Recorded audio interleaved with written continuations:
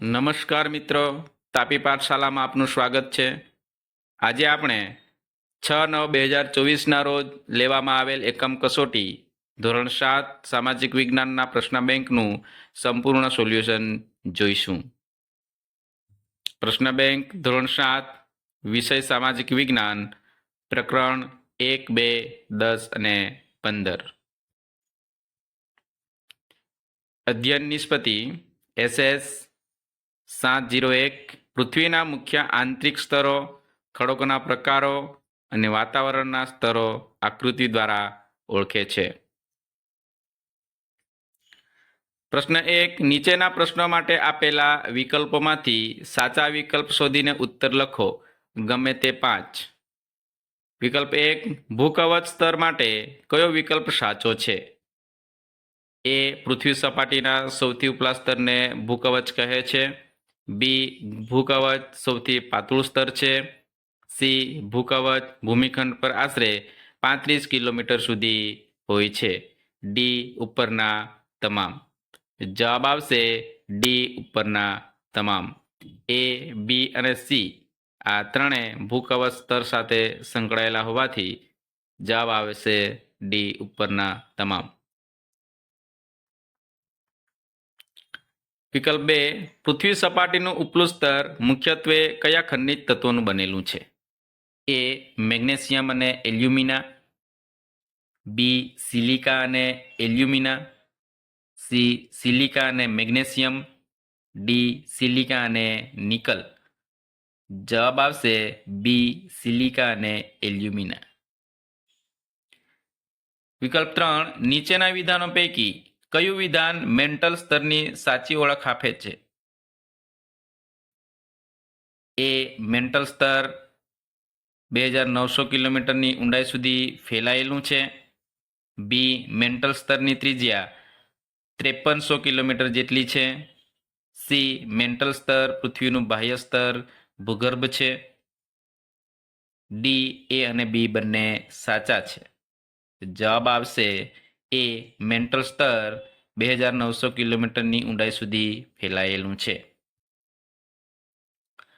વિકલ્પ 4. આંતરિક ભૂગર્ભ શાનું બનેલું છે? એ. આંતરિક ભૂગર્ભ નિકલ અને ફેરસનું બનેલું છે. બી. આંતરિક ભૂગર્ભને સીમા કહે છે. સી. એ અને બી બંને સાચા છે. ડી. એ અને બી બંને ખોટા છે. જવાબ આવશે એ. આંતરિક ભૂગર્ભ નિકલ અને ફેરસનું બનેલું છે. વિકલ્પ 5. અગ્નિકૃત ખડક માટે કયો વિકલ્પ સાચો છે? એ. ગરમ મેઘમાં ગરમ થઈ નક્કર થાય તેને અગ્નિકૃત ખડક કહે છે. બી. ગરમ મેઘમાં ઠંડો થઈ નક્કર થાય તેને અગ્નિકૃત ખડક કહે છે. સી. અગ્નિકૃત ખડકો 3 પ્રકારના છે. ડી. તેમાંથી પ્રાણીજન્ય અવશેષ મળે છે. જવાબ આવશે બી. ગરમ મેઘમાં ઠંડો થઈ નક્કર થાય તેને અગ્નિકૃત ખડક કહે છે. વિકલ્પ 6. કયા ખડકની રચના લાવાથી થાય છે? એ. જળકૃત ખડકો. બી. રૂપાંતરિત ખડક. સી. અગ્નિકૃત ખડક. ડી. પ્રસ્તર ખડકો. જવાબ આવશે સી. અગ્નિકૃત ખડક. વિકલ્પ 7. કયા ખડકોમાંથી વનસ્પતિ, પ્રાણી અને સૂક્ષ્મ જીવાણુઓ જોવા મળે છે? એ. રૂપાંતરિત ખડક. બી. અગ્નિકૃત ખડક. સી. જળકૃત ખડકો. ડી. આંતરિક અગ્નિકૃત ખડક. જવાબ આવશે સી. જળકૃત ખડકો. વિકલ્પ 8. રૂપાંતરિત ખડકોના ઉદાહરણો જણાવો. એ. ચીકણી માટી. બી. ચૂનાનો પથ્થર. સી. સ્લેટ. ડી. ઉપરના તમામ. જવાબ આવશે ડી. ઉપરના તમામ. એ. ચીકણી માટી, ચૂનાનો પથ્થર, સ્લેટ આ ત્રણેય રૂપાંતરિત ખડકોના ઉદાહરણો છે. વિકલ્પ 9. ખનિજ માટે નીચેના પૈકી કયું વિધાન યોગ્ય છે? એ. જેમાં નિશ્ચિત ભૌતિક ગુણધર્મો હોય છે. બી. જેમાં અનિશ્ચિત ભૌતિક ગુણો હોય છે. સી. જેમાં નિશ્ચિત રાસાયણિક મિશ્રિત છે. ડી. એ અને સી બંને સાચા છે. જવાબ આવશે ડી. એ અને સી બંને સાચા છે. વિકલ્પ 10 નક્કર ખડકો આપણને કઈ રીતે ઉપયોગી છે? એ સડક બનાવવા, બી મકાન બનાવવા, સી ઇમારતો બનાવવા, ડી ઉપરના તમામ. જવાબ આવશે ડી ઉપરના તમામ. સડક બનાવવા, મકાન બનાવવા અને ઇમારતો બનાવવા નક્કર ખડકો આપણને ઉપયોગી છે. વિકલ્પ 11 ઘંટીમાં અનાજ, દાણા કે મસાલાને પીસવા માટે વપરાતા પથ્થર કયા ખડકમાંથી બનેલા હોય છે? એ રૂપાંતરિત ખડક, બી જળકૃત ખડક, સી અગ્નિકૃત ખડક, ડી પ્રસ્તર ખડક. જવાબ આવશે સી અગ્નિકૃત ખડક. વિકલ્પ 12 આંતરિક બળ ક્યારેક આકસ્મિક ગતિ પેદા કરે છે ત્યારે શું થાય છે? એ વાવાઝોડું ફૂંકાય છે, બી ભૂકંપ અને જ્વાળામુખીની ઘટના બને છે, સી એ અને બી વિધાન સાચા છે, ડી એ અને બી બંને વિધાન ખોટા છે. જવાબ આવશે બી ભૂકંપ અને જ્વાળામુખીની ઘટના બને છે. વિકલ્પ 13 પરંપરાગત રીતે ભૂકંપની સંભાવનાનું અનુમાન કેવી રીતે કરે છે? એ સરીસૃપોનું પૃથ્વી પર આવવું, બી તળાવની માછલીઓની તીવ્ર હેરફેર, સી પ્રાણીઓના વર્તનનો અભ્યાસ, ડી ઉપરના ત્રણેય વિધાન સાચા છે. જવાબ આવશે ડી ઉપરના ત્રણેય વિધાન સાચા છે. પરંપરાગત રીતે પહેલાના સમયમાં સરીસૃપોનું પૃથ્વી પર આવવું, તળાવની માછલીઓની તીવ્ર હેરફેર અને પ્રાણીઓના વર્તનનો અભ્યાસ કરીને ભૂકંપની સંભાવનાનું અનુમાન કરવામાં આવતું હતું. વિકલ્પ 14 કયા ઘટકોને કારણે ઘસારણની પ્રક્રિયા થાય છે? એ જળ જમીન હિમ, બી જળ જમીન પવન, સી પવન જમીન હિમ અને ડી જળ પવન હિમ. જવાબ આવશે ડી જળ પવન અને હિમ. વિકલ્પ 15 જળપ્રપાત કે જળધોધ કોને કહે છે? એ નદીના પાણીથી જમીનનું ઘસરણ થાય છે તેને જળધોધ કહે છે, બી નદી ખડક પરથી ઢોળાવવાળી ખીણ કે નીચાણવાળી ભૂમિ પર પડે તેને જળધોધ કહે છે, સી એ અને બી બંને સાચા છે, ડી એ અને બી બંને વિધાન ખોટા છે. જવાબ આવશે બી નદી ખડક પરથી ઢોળાવવાળી ખીણ કે નીચાણવાળી ભૂમિ પર પડે તેને જળધોધ કહે છે.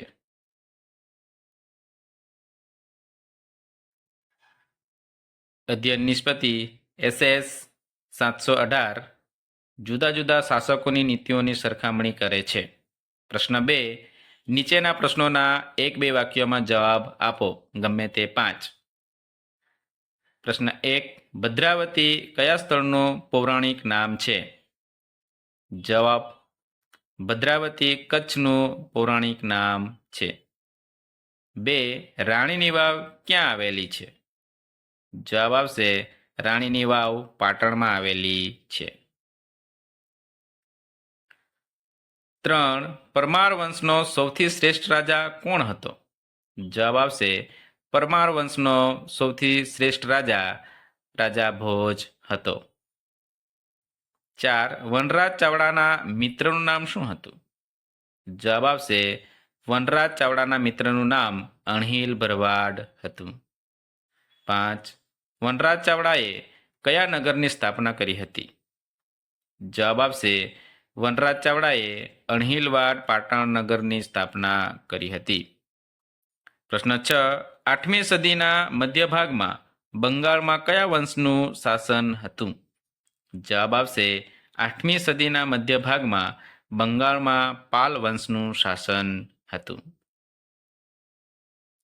પ્રશ્ન 7 પાલ વંશનો સ્થાપક કયો રાજવી હતો?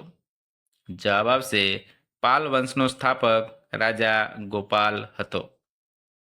પ્રશ્ન 8 ચેર રાજ્યનું બીજું નામ શું હતું? જવાબ આવશે ચેર રાજ્યનું બીજું નામ કેરળ અથવા મલયાલમ હતું. પ્રશ્ન 9 રાજપૂત યુગમાં રાજાનું પદ કેવા પ્રકારનું હતું? જવાબ આવશે રાજપૂત યુગમાં રાજાનું પદ વંશ પરંપરાગત હતું. પ્રશ્ન 10 કલિકાલ સર્વજ્ઞ તરીકે કોણ ઓળખાય છે? જવાબ આવશે કલિકાલ સર્વજ્ઞ તરીકે હેમચંદ્રાચાર્યજી ઓળખાય છે. પ્રશ્ન 11. રાણીની વાવ કોણે બંધાવી હતી? જવાબ છે રાણીની વાવ રાણી ઉદયમતીએ બંધાવી હતી. પ્રશ્ન 12. ગોવિંદચંદ્ર ત્રીજો કયા વંશનો રાજા હતો? જવાબ છે ગોવિંદચંદ્ર ત્રીજો ગઢવાલ વંશનો રાજા હતો. પ્રશ્ન 13. ધોળકામાં કયું તળાવ આવેલું છે? જવાબ છે ધોળકામાં મલાવ તળાવ આવેલું છે. પ્રશ્ન 14. તરાઈના યુદ્ધને ભારતીય ઇતિહાસમાં કેમ સીમાચિહ્નરૂપ માનવામાં આવે છે?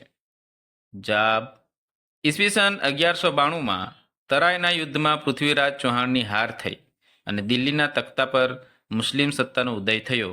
આથી તરાઈના યુદ્ધને ભારતીય ઇતિહાસમાં સીમાચિહ્નરૂપ માનવામાં આવે છે. પ્રશ્ન 15. પરમાર વંશની સ્થાપના કોણે કરી હતી? જવાબ છે પરમાર વંશની સ્થાપના કૃષ્ણરાજે કરી હતી. અધ્યયન નિષ્પત્તિ SS 723. રાજકીય સમાનતા, આર્થિક સમાનતા અને સામાજિક સમાનતા વચ્ચે તફાવત સમજે છે. પ્રશ્ન 3. નીચેની ખાલી જગ્યા પૂરો ગમે તે 5. ખાલી જગ્યા 1. વિશ્વમાં સૌથી મોટું લેખિત બંધારણ ખાલી જગ્યા દેશનું છે? જવાબ છે ભારત દેશનું છે. ખાલી જગ્યા 2. ભારતમાં મતાધિકાર ખાલી જગ્યા વર્ષ પછી મળે છે? જવાબ છે 18 વર્ષ પછી મળે છે. ખાલી જગ્યા 3. લોકોનું લોકો વડે અને લોકો માટે ચાલતું શાસન એટલે ખાલી જગ્યા? જવાબ છે લોકશાહી. ખાલી જગ્યા 4. ખાલી જગ્યા તટસ્થ રીતે ચૂંટણી કરાવે છે? જવાબ છે ચૂંટણી પંચ તટસ્થ રીતે ચૂંટણી કરાવે છે. ખાલી જગ્યા 5. ભારત એ ખાલી જગ્યા શાસન વ્યવસ્થા ધરાવતો દેશ છે? જવાબ છે લોકશાહી. ખાલી જગ્યા 6. ખાલી જગ્યા કરતા નાની ઉંમરના બાળકને મજૂરીએ રાખવું એ કાયદાનો ભંગ થયો કહેવાય છે? જવાબ છે 14 વર્ષ. ખાલી જગ્યા 7. આપણા સ્વમાનને જાળવી રાખવા માટે ખાલી જગ્યાનો અધિકાર જરૂરી છે? જવાબ છે સમાનતાનો અધિકાર. ખાલી જગ્યા 8. લોકશાહીમાં લોકો પોતાનો ખાલી જગ્યા આપે છે? જવાબ છે મત આપે છે. ખાલી જગ્યા 9. દેશનું સંચાલન કરવા માટેની માર્ગદર્શિકાને ખાલી જગ્યા કહેવાય છે? જવાબ છે બંધારણ કહેવાય છે. ખાલી જગ્યા 10. વિશ્વમાં સૌથી મોટી લોકશાહી ખાલી જગ્યા દેશ ધરાવે છે? જવાબ છે ભારત દેશ ધરાવે છે. ખાલી જગ્યા 11. લોકસભાની ચૂંટણી દર ખાલી જગ્યા વર્ષે આવે છે? જવાબ છે દર 5 વર્ષે આવે છે. ખાલી જગ્યા 12. મતદાર યાદીમાં નોંધાયેલો કોઈ પણ નાગરિક મતદાન કરી શકે છે? ખાલી જગ્યા 13. ચૂંટણી પંચ ચૂંટણી દરમિયાન ખાલી જગ્યા માટે વિશેષ મતદાન મથકો ઊભા કરે છે? તો જવાબ છે મહિલા મતદારો માટે વિશેષ મતદાન મથકો ઊભા કરે છે. ખાલી જગ્યા 14. લોકશાહીમાં ખાલી જગ્યા વ્યક્તિઓનું શોષણ ના થાય તે માટે તેમને તાલીમ આપીને પગભર કરવા માટે સરકાર દ્વારા અનેક યોજનાઓ અમલમાં મૂકેલ છે? જવાબ છે દિવ્યાંગ વ્યક્તિઓ માટે. ખાલી જગ્યા 15. 14 વર્ષની નાની ઉંમરના બાળકોને મજૂરી કરાવવી ખાલી જગ્યાનો ભંગ થયો કહેવાય છે? તો કાયદાનો ભંગ થયો કહેવાય છે. અધ્યયન નિષ્પત્તિ SS 719. મંદિરો, કબરો અને મસ્જિદોના ઉદાહરણો દ્વારા વિશિષ્ટ શૈલી અને ટેકનોલોજીથી બંધાયેલા સ્થાપત્યોનું વિશ્લેષણ કરે છે. પ્રશ્ન 4. એ વિભાગને બે વિભાગ સાથે જોડો કોઈ પણ એક. પહેલું જોડકું જોઈએ. એ 1 નંબર હરિહર અને બુક્કારાયના ગુરુ. 2 દિલ્હી સલ્તનતનો પ્રથમ અફઘાન શાસક. 3 લોધી વંશનો અંતિમ શાસક. 4 દિલ્હી સલ્તનતની પ્રથમ મહિલા શાસક. 5 લશ્કરમાં દાગ અને ચહેરાની પદ્ધતિ શરૂ કરનાર શાસક. તો પહેલા પ્રથમ જોડકામાં આવશે હરિહર અને બુક્કારાયના ગુરુ કોણ હતા? તો જવાબ આવશે સી સ્વામી વિદ્યારણ્ય. બીજું જોડકું દિલ્હી સલ્તનતનો પ્રથમ અફઘાન શાસક કોણ હતો? જવાબ આવશે ઈ બહલોલ લોદી. 3 લોદી વંશનો અંતિમ શાસક કોણ હતો? તો જવાબ આવશે બી ઇબ્રાહિમ લોદી. 4 દિલ્હી સલ્તનતની પ્રથમ મહિલા શાસક કોણ હતી? તો જવાબ આવશે એ રજિયા સુલતાના. 5 લશ્કરમાં દાગ અને ચહેરાની પદ્ધતિ શરૂ કરનાર શાસક કોણ હતો? જવાબ આવશે ડી અલાઉદ્દીન. એ એક બહમની રાજ્યની સ્થાપના કરનાર? તો જવાબ આવશે સી જફર ખાન. 2 સહેલગાનની સ્થાપના કરનાર? જવાબ આવશે ઈ ઇલ્તુત્મિશ. 3 તુલુ વંશનો શ્રેષ્ઠ શાસક કોણ હતો? તો જવાબ આવશે એ કૃષ્ણદેવરાય. 4 સૈયદ વંશના સ્થાપક? જવાબ આવશે બી ખિજર ખાં. 5 આફ્રિકન મુસાફર? જવાબ આવશે ડી ઇબ્ન બતુતા. એ એક વિજયનગરનો પરાજય? જવાબ આવશે બી તાલીકોટાનું યુદ્ધ. 2 ઢાઈ દિન કા ઝોપડા? જવાબ આવશે ડી અજમેર. 3 ઇબ્રાહિમ લોદી અને બાબરના યુદ્ધનું સ્થળ? જવાબ આવશે ઈ પાણીપત. 4 વિદ્યાનગર તરીકે ઓળખાતું નગર? જવાબ આવશે સી વિજયનગર. 5 કુતુબ મિનાર? જવાબ આવશે એ દિલ્હી. અધ્યયન નિષ્પતિ SS 718 જુદા જુદા શાસકોની નીતિઓની સરખામણી કરે છે. પ્રશ્ન 5 ટૂંક નોંધ લખો કોઈ પણ એક. ટૂંક નોંધ 1 રાજપૂતોના ગુણો. જવાબ રાજપૂતોના ગુણો આ મુજબ છે. રાજપૂતો બહાદુર હતા એટલા ટેકીલા હતા. રાજપૂતો વચન પ્રાણને ભોગે પણ પાળતા હતા. રાજપૂતો દુશ્મનને પીઠ બતાવવા કરતા તેઓ મૃત્યુ વિશેષ પસંદ કરતા હતા. રાજપૂતો ગૌ બ્રાહ્મણ પ્રતિપાલક હતા. રાજપૂતો શરણે આવેલાનું કોઈ પણ ભોગે રક્ષણ કરતા હતા. રાજપૂતો લડાઈમાં પણ અધર્મ આચરતા નહીં. ટૂંક નોંધ 2 રાજપૂત યુગનું વેપાર વાણિજ્ય. જવાબ રાજપૂત યુગમાં વાણિજ્ય વ્યવસ્થા ઉપર દેખરેખ રાખવા માટે એક અલગ વિભાગ હતો. આ વિભાગ વિદેશ ખાતેના વેપાર ઉપરની જકાત વસૂલ કરવાની, વસ્તુઓનું મૂલ્ય ઠરાવવાની અને રાજ્યમાં ઉપયોગી થતી વસ્તુઓ મંગાવવાની વગેરે વ્યવસ્થા કરતો. રાજપૂત યુગમાં મુખ્ય કર જમીનની ઉપજનો 6ઠ્ઠો ભાગ હતો. રાજપૂત યુગમાં જમીન પરનો કર ભાગ નામે ઓળખાતો. રાજપૂત યુગમાં બંદરો અને નાકા ઉપર તથા સિંચાઈ ઉપર કર ઉઘરાવવામાં આવતો. રાજપૂત યુગમાં દરિયાપારના વેપાર માટે ગુજરાતના સ્તંભતીર્થ અને ભૃગુ કચ્છ બંદરો જાણીતા હતા. ટૂંક નોંધ 3 રાજપૂત યુગની શાસન વ્યવસ્થા. જવાબ રાજપૂત યુગમાં રાજાનું પદ વંશ પરંપરાગત હતું. રાજાનો મોટો પુત્ર જ રાજા બને તેવું ન હતું. રાજા પોતાના પુત્રોમાંથી ઉત્તરાધિકારી તરીકે કોઈ એક પુત્રને યુવરાજ બનાવતા યુવરાજ પાછળથી રાજા બનતો. રાજપૂત યુગમાં મંત્રીઓના 2 પ્રકાર હતા, અમાત્ય અને સચિવો. અમાત્યનું કાર્ય મંત્રણા અને રાજનીતિ કરવાનું હતું. સચિવોનું કાર્ય લડાઈ તથા સુલેહન હતું. દરેક પ્રકારની નીતિનો અંતિમ નિર્ણય રાજા કરતો હતો. રાજપૂત યુગમાં અમલદારોમાં મહાપ્રતિહાર અને દાંડનાયક જેવા હોદ્દાઓ અમલમાં હતા. રાજપૂત યુગમાં નગરની સભાનો વડો નગરપતિ કહેવાતો. રાજપૂત યુગમાં ગ્રામીણ સંસ્થાઓનું મહત્વ વિશેષ હતું. કેટલીક બાબતોમાં ગ્રામસભા ન્યાય આપતી, પરંતુ રાજ્ય શાસનમાં ન્યાયતંત્રનો સર્વોચ્ચ વડો રાજા હતો. Thank you.